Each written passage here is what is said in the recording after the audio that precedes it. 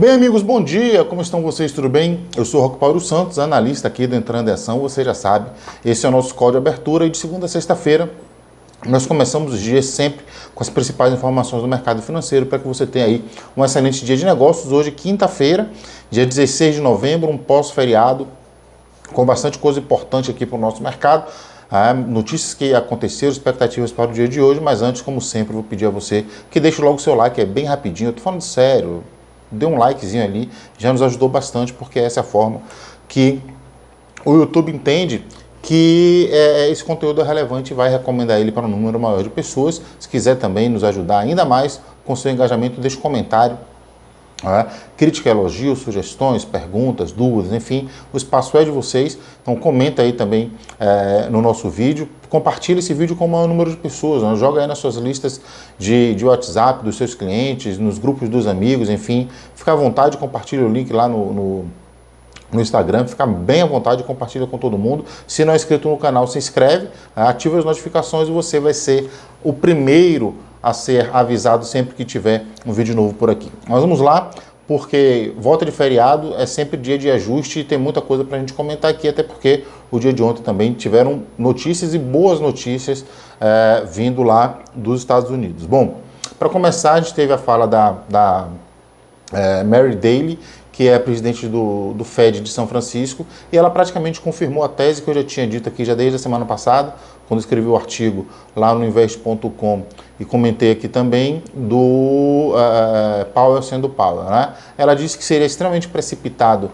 por parte do Fed nesse momento dizer que que a política monetária já surtiu o seu efeito, cumpriu o seu papel e que a inflação estaria controlada e que em algum momento o Fed tivesse que retomar as altas de juros justamente por uma questão de descontrole inflacionário. E aí eu já trago um outro elemento que veio também no dia de ontem, que faz com que a gente entenda isso um pouquinho melhor.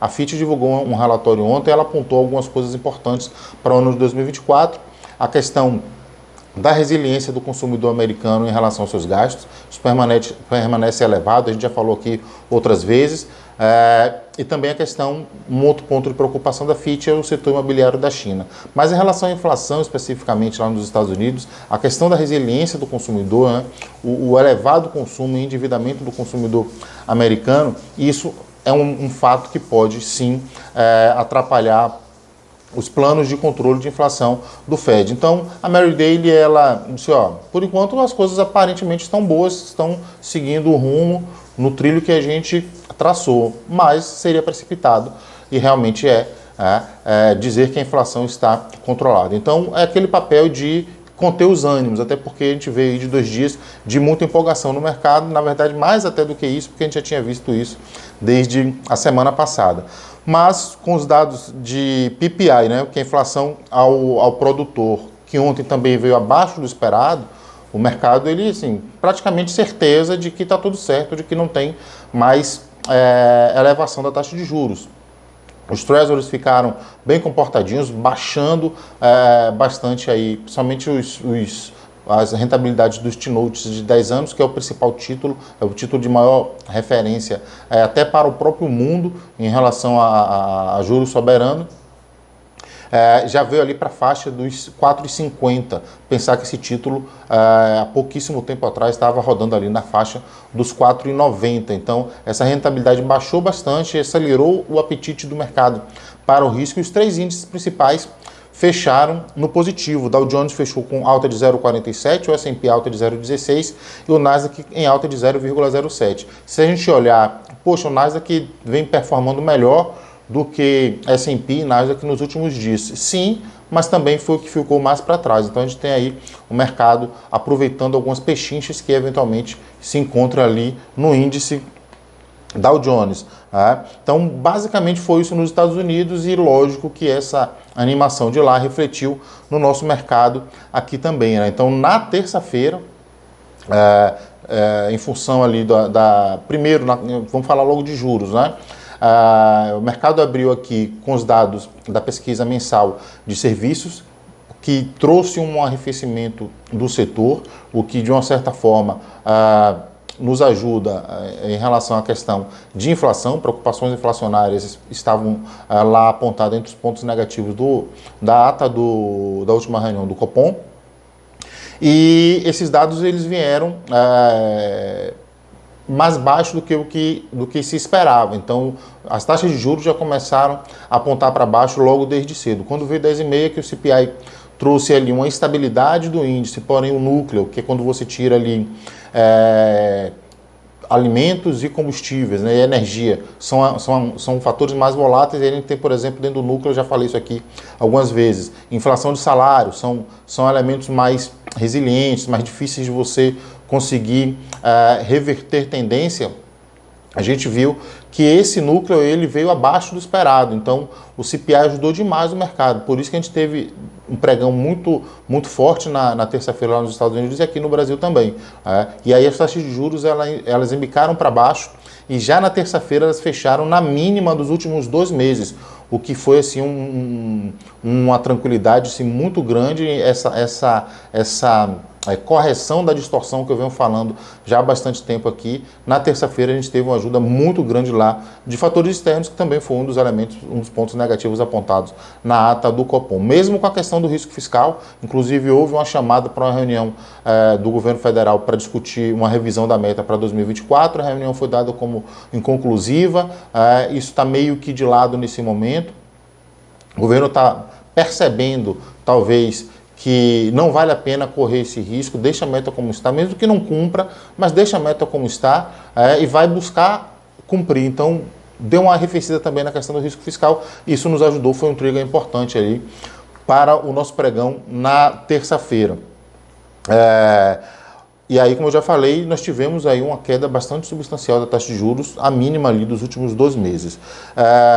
Aqui, em relação já ao Ibovespa, o Ibovespa ele deu uma disparada, óbvio. Tivemos um pregão ali com alta de 2,29. No mês, o Ibovespa acumula fantásticos 8,86%.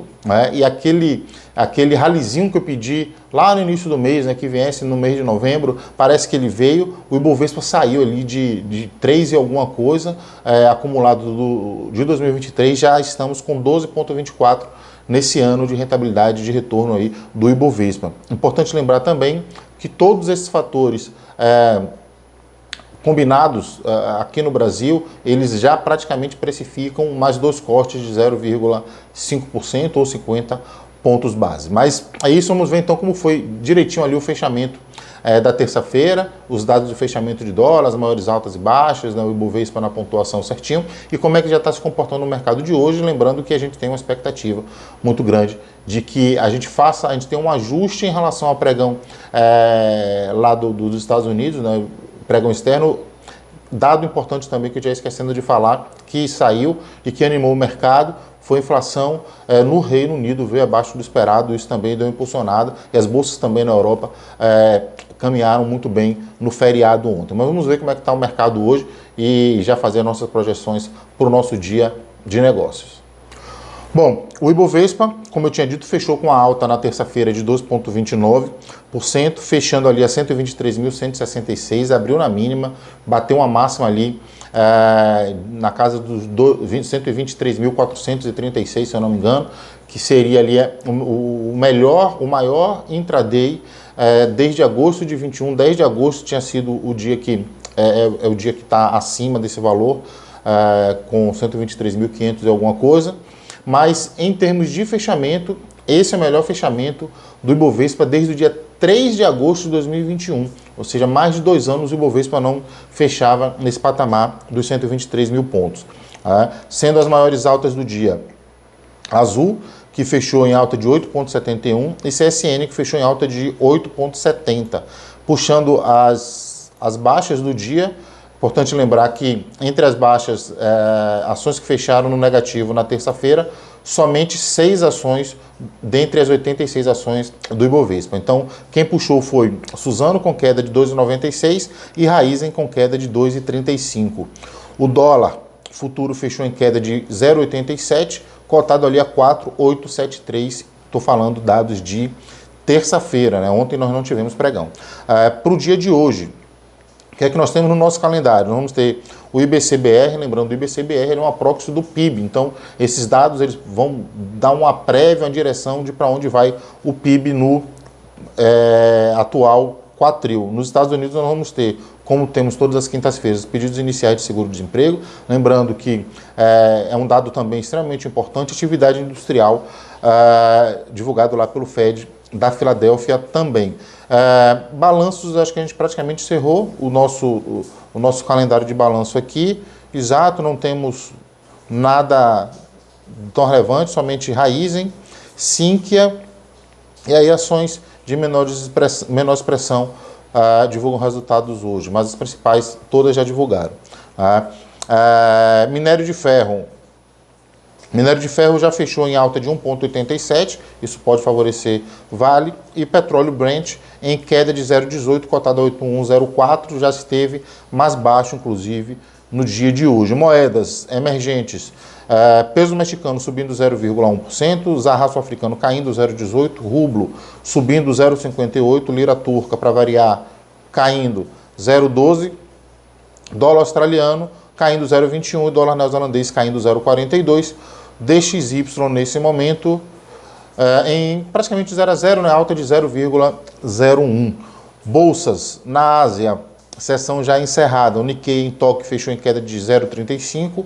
O Hang Seng lá em Hong Kong fechou em queda de 1,41%. CSI 300 de Xangai fechou em queda de 0,97%. Europa, mercado aberto nesse momento. Paris caindo 0,3%. Frankfurt subindo 0,37%. Madrid subindo 0,47%. Londres caindo 0,42%. Eurostoxx caindo 0,07%. Futuros americanos.